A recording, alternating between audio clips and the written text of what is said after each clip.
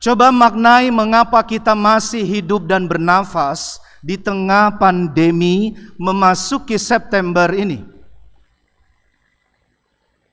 Coba renungkan lagi mengapa kita masih diberi kesempatan untuk hidup.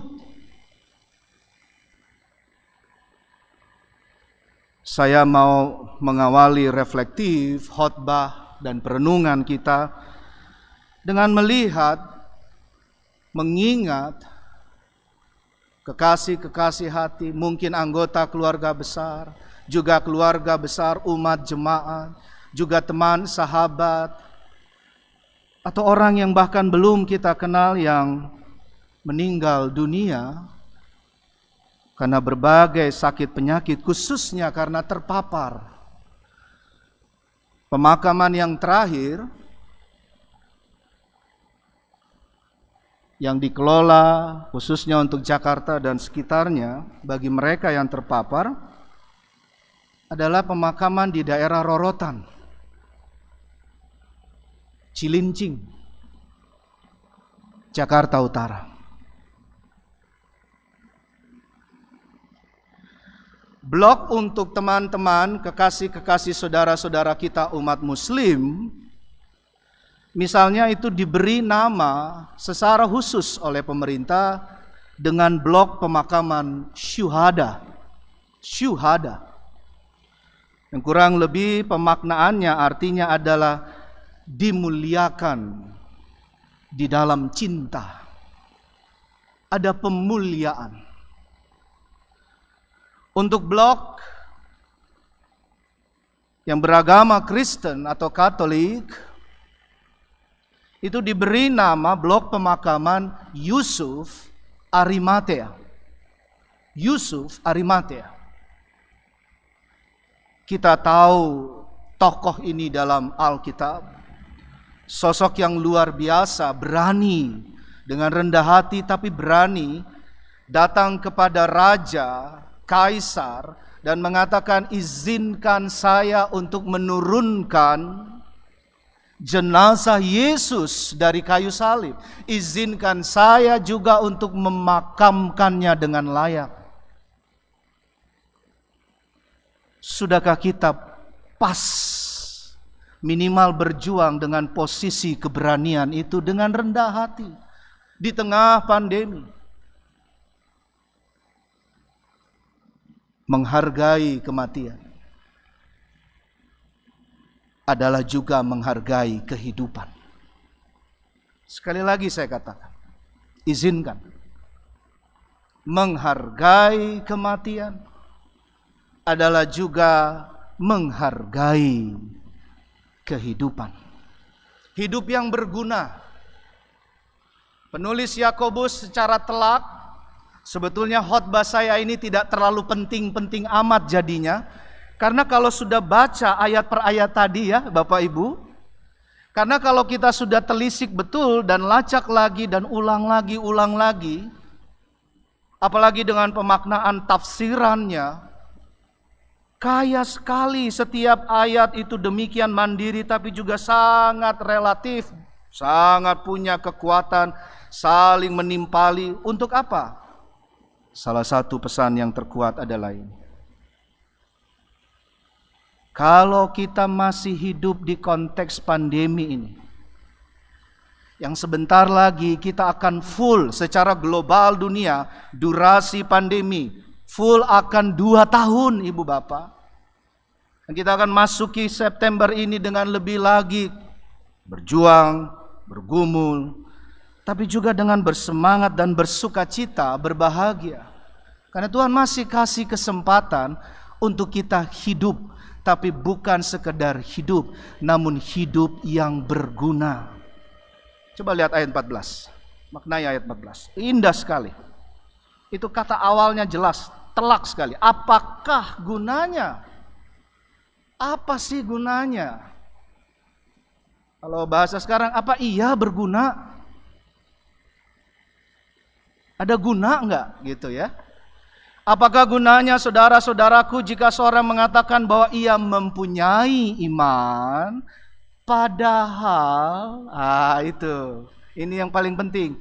Jadi kalimat model penulisan begini, kalimat setelah koma itu jauh lebih penting dari yang sebelumnya. Bisa dimaknai ya, bahwa ia mempunyai iman, koma, padahal apa di sana? Ia tidak mempunyai perbuatan. Bapak Ibu, sebelum saya teruskan dengan kalimat sedikit yang terakhir itu di ayat 14, beberapa sumber para ahli mengatakan teks atau konteks bagian ini mempertentangkan seperti berkelahi antara pendapat Rasul Paulus dengan pendapat Yakobus soal iman, pengharapan, kasih, soal hidup, tapi khususnya soal iman. Tidak, saya mau sedikit saja supaya kita clear, nanti kalau Bapak Ibu rindu lebih bersateduh, menggumuli lagi. Rasul Paulus, Ibu Bapak, itu mengajarkan yang dari Tuhan dan perjalanan hidupnya, mengajarkan bahwa iman itu adalah bagaimana seseorang mau datang kepada Tuhan. Tetapi Yakobus sebetulnya sangat melengkapi. Iman adalah, definisi Pak Yakobus kurang lebih, iman adalah bagaimana mempertanggungjawabkan percaya kita dengan taat dan setia melakukan dengan nyata. Itu mengapa Yakobus berkata, dapatkah iman itu menyelamatkan dia? Jadi iman dan perbuatan itu nggak bisa dipisahkan, Ibu Bapak. Dibolak-balik ya sama aja, sami aja. Perbuatan itu juga nggak boleh dipisahkan dari imanmu. Lalu dalam bagian-bagian yang lebih kuat, izinkan saya berani dengan rendah hati untuk kita sama-sama memaknai lebih tajam. Lebih tajam maksudnya ke dalam artian kita belajar, tapi lebih sungguh mewartakan kasih Tuhan keluar adalah kalau iman saja, maka perbuatanmu mati. Nah kalau dibalik artinya berarti kalau perbuatan melulu aja, sebetulnya imanmu mati. Bisa dimaknai apa yang sedang saya katakan. Ini pemaknaan lebih kuat lagi untuk memaknai apa yang Yakobus katakan, Rasul Paulus juga tadi soal iman. Karena dua-duanya harus betul-betul kita lakukan, kita nyatakan, kita miliki. Tidak ada yang hanya salah satu. Tidak boleh berlaku hanya salah satu. Kesatuan iman dan perbuatan inilah yang kalau dalam tema hari ini, tematik minggu ini, itu yang kita aminkan dan imankan sebagai ibadah. Jadi orang Kristen itu orang yang beribadah. Ibadah tentang perbuatan, ibadah tentang iman. Ada ibadahnya yang melakukan di dalam seluruh imannya, spiritual iman itu, tetapi perbuatannya juga sebuah ibadah. Jadi yang pertama kalau boleh kita pegang bareng-bareng. Memasuki September ini, ibadah iman. Ibadah iman itu adalah percaya akan Tuhan atau percaya kepada Tuhan. Nah ini dia. Tadi jelas Ibu Bapak dikatakan oleh Yakobus, kalau cuman percaya akan Tuhan, bahwa Tuhan itu ada, bahwa Tuhan itu satu, bahwa Tuhan itu eksis, iblis juga percaya. Betul? Itu Bu Lusindo yang mengatakan, itu firman Tuhan. Tetapi momentum memasuki September ini dengan perjuangan, doa kita untuk sahabat-sahabat, saudara, keluarga besar dan yang lain yang masih berjuang untuk sembuh, terlebih karena terpapar di keadaan Indonesia yang sudah mulai turun. Tapi jangan pernah lupa, jangan lalai, jangan abai, pakai masker terus, nggih. Jaga jarak, tetap cuci tangan rajin terus. Amerika sedang dalam tsunami-nya sekarang.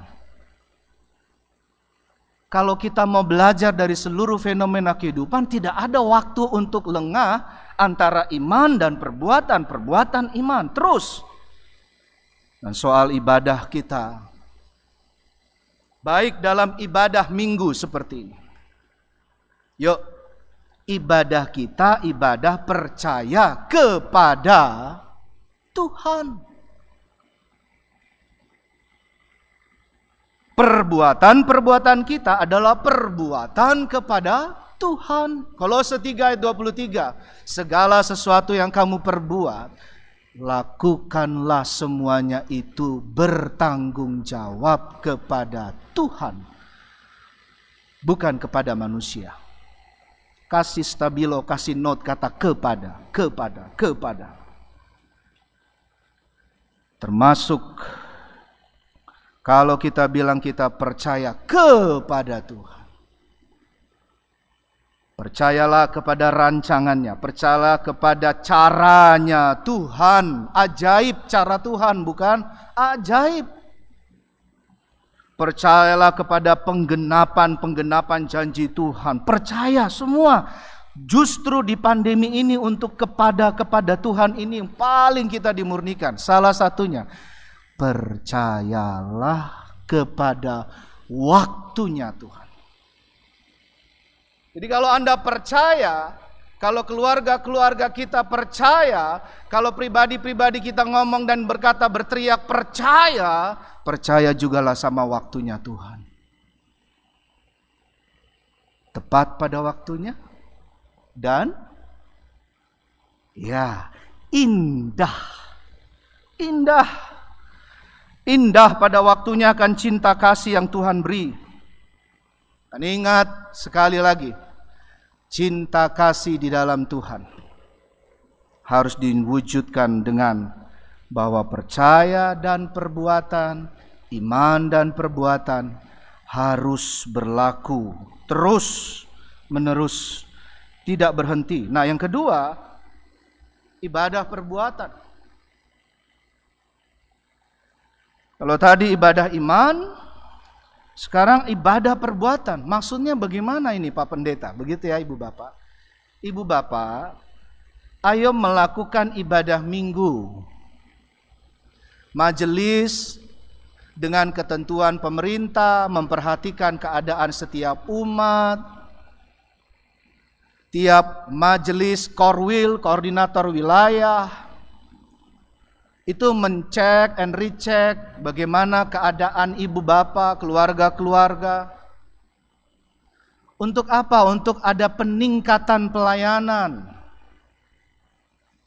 Itu mengapa ibadah sudah mulai boleh dipersilahkan hadir dengan ketentuan-ketentuan. Sudah vaksin misalnya.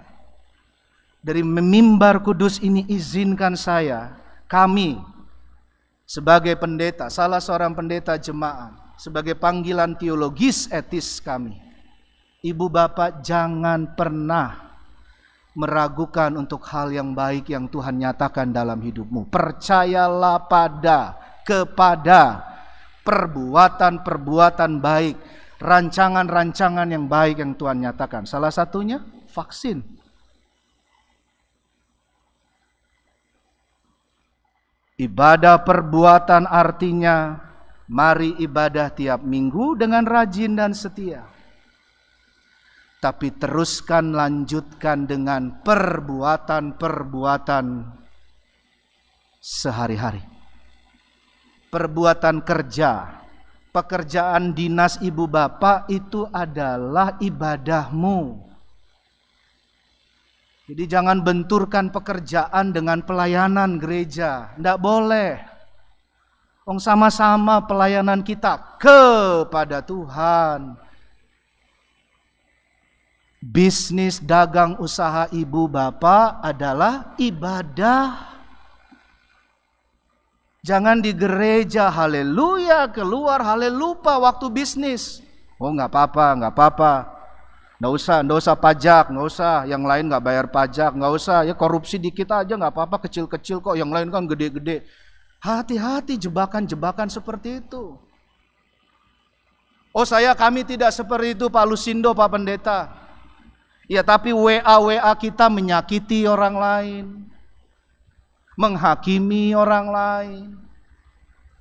TikTok kita demikian menyinggung hal-hal yang rasis, yang membuat orang sepertinya lebih kecil daripada kita. Saya mau katakan ini dengan sungguh. Karena Yakobus, firman Tuhan melalui Yakobus jelas eksplisit mengatakan tadi. Kalau ayat terakhir saja mengatakan, sebab seperti tubuh tanpa roh adalah mati. Demikian jugalah iman tanpa perbuatan adalah mati. Bapak Ibu saudara-saudara, ibadah perbuatan kita adalah ibadah yang membawa kehidupan. Kita rindu GKJ Nehemia semakin menjadi gereja yang menghidupi, gereja yang menyelamatkan. Siapa itu gereja? Anda dan saya. Majelis, pelayan-pelayan Tuhan yang luar biasa. Ya, naik turun angka Covid, terus melayani. Puji Tuhan. Ini bukan soal sok-sokan, izinkan saya gunakan istilah itu, bukan. Tapi juga dalam setiap fenomena kejadian apapun, angin yang ribut, gelombang naik turun, apakah engkau bilang sama Tuhan tetap iya dalam bicara, mendengar, bersikap, berpikir, tingkah laku dan tangan kaki kita? Mulai dari yang kecil-kecil Ibu Bapak. Ayo mulai hidup beribadah dari yang kecil-kecil. Lebih peduli sama teman. Pulang dari sini mari tanyakan bagaimana kabar orang tua kita di kampung. Kangen. Jangan bilang cuman, oh saya kangen, rindu Pak Pendeta. Kirim WA, telepon. Anak-anak sudah mulai masuk di dalam ujian-ujiannya, sekolahnya, kuliahnya. Ya sudah Pan, sudah sekolah, kami sudah bayar uang sekolahnya, kami sudah siapkan kuliahnya. Piye gimana dia dalam memasuki itu ujian-ujiannya, ulangan-ulangannya. Tidak mudah sekolah online Ibu Bapak, kuliah online itu membosankan. Karena tantangannya jauh lebih besar. Itu mengapa pemerintah berupaya bagaimana mudah-mudahan dengan keadaan Covid yang mulai turun akan mulai bisa coba bertahap ada sekolah atau kuliah yang onsite. Banyak resiko tentang ini. Bagaimana dengan orang-orang yang mulai berjualan? Puji Tuhan, bukan? Toko-toko sudah mulai buka. Kalau masuk mall jangan lupa buka aplikasi itu yang dengan cut gitu. Ya kalau belum vaksin ya ketahuan, jangan sembunyi-sembunyi. Bukan soal ketahuan atau tidak, tetapi ini sebuah pertanggungjawaban perbuatanmu. Mari beli yang dijajakan, yang dijual oleh penjual-penjual di pinggir jalan itu. Yang sehat, yang bersih tentu.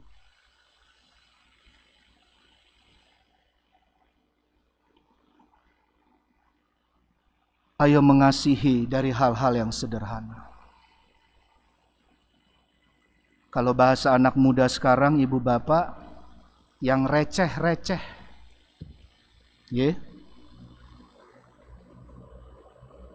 Peduli dan mengasihilah dari hal yang kelihatannya remeh. Yang selama ini kita anggap tidak masuk dalam hitungan dan sering kita lupakan. Atau biasa aja, itu udah biasa, itu sudah wajib. Soal keluarga, soal bertetangga, soal respect menghargai orang lain, soal mencintai sesama, bahkan di perbedaan yang paling tajam, soal kesehatan diri sendiri dan kesehatan orang lain, soal keselamatan diri sendiri tapi keselamatan bersama. Sekarang ini bagian-bagian seperti ini yang receh-receh ini jadi penting dan memang penting. Itu mengapa Rasul Paulus, kalau ngomong soal Rasul Paulus yang bicara iman, bahwa yang mendatangkan untuk datang betul-betul setia pada Allah, dia berkata kepada banyak jemaat dalam surat-suratnya, kamu kira soal minum-minuman keras, soal hidup dalam hubungan seks bebas, soal melakukan yang korupsi itu biasa? Tidak. Itu bukan hal biasa. Itu serius. Ayo berguna mulai dari hal-hal yang receh. Ayo memberikan senyum walaupun masih pakai masker. Karena matamu bisa kelihatan tersenyum.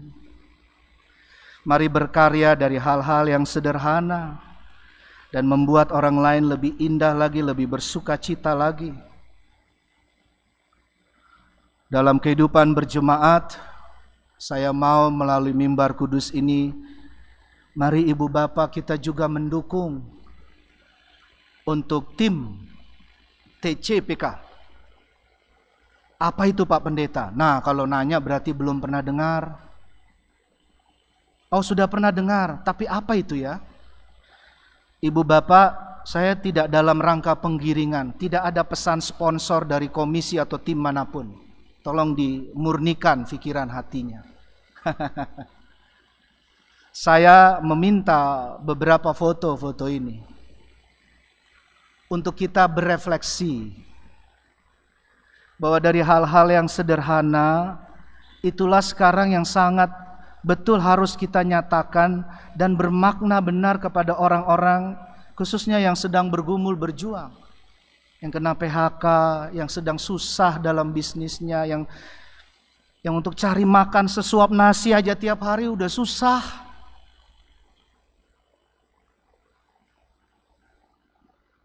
Yang rindu datang ke gereja tapi belum bisa. Tapi kita sudah bisa. Minimal kita bisa kasih sesuatu, perhatian, kepedulian, doa kita. Tim, salah satunya, tim tanggap COVID-19 peduli kasih GKJ Nehemia. Ini doa yang dilakukan sudah mulai terus mengundang kami pendeta, tetapi khususnya para koordinator wilayah. Jadi ibu bapak sudah bergerak dengan seperti ragi yang menghamiri adonan. Diam aja, tenang aja. Kalau ada yang bilang, Pak Lusindo ngapain ditunjuk-tunjukin? Saya harus menunjukkan. Supaya semangat kita satu padu sebagai anak-anak Tuhan. Bukan hanya sekedar TCPK tentu, tapi dalam seluruh hidup. Ini kemarin dengan Pak Pendeta Agus juga. Bergiliran koordinator wilayah, kediakonnya, diakennya, penatuannya. Ada juga beberapa jemaat yang memang sedang bergumul, yang terpapar, diminta dihubungi. Kalau mereka bersedia boleh datang, kalau tidak bersedia boten nopo-nopo. Tapi betul-betul doa itu naik pada Tuhan. Yang begini-begini, anak-anak, remaja, pemuda, ibu-ibu, ya, bapak-bapak, sampai dengan para sesepuh kami yang pasti mendoakan juga. Tapi ada kekuatan di mana kita semua saling peduli dan saling mengasihi. Hal-hal yang receh seperti ini, ya, ini kan penting. Itu benar gambarnya Pak Lusindo. Jangan lagi tanya itu benar. Dan ini bukan soal bagaimana Nehemia, GKJ Nehemia. Saya yakin semua gereja juga berjuang di titik yang sama. Oh, itu sudah dilakoni oleh gereja-gereja lain. Tapi apakah kalau ada tanda jempol di situ? Maknai apakah Tuhan ya seperti kalau firman ada berkata, marilah anakku sekarang masuklah di dalam kemuliaan sorgaku. Karena engkau telah berhasil dan setia melakukan imanmu dalam kehidupanmu. Apakah Tuhan bersuka cita di tengah pandemi ini atas hidup kita, atas iman perbuatan kita, atas ibadah-ibadah kita?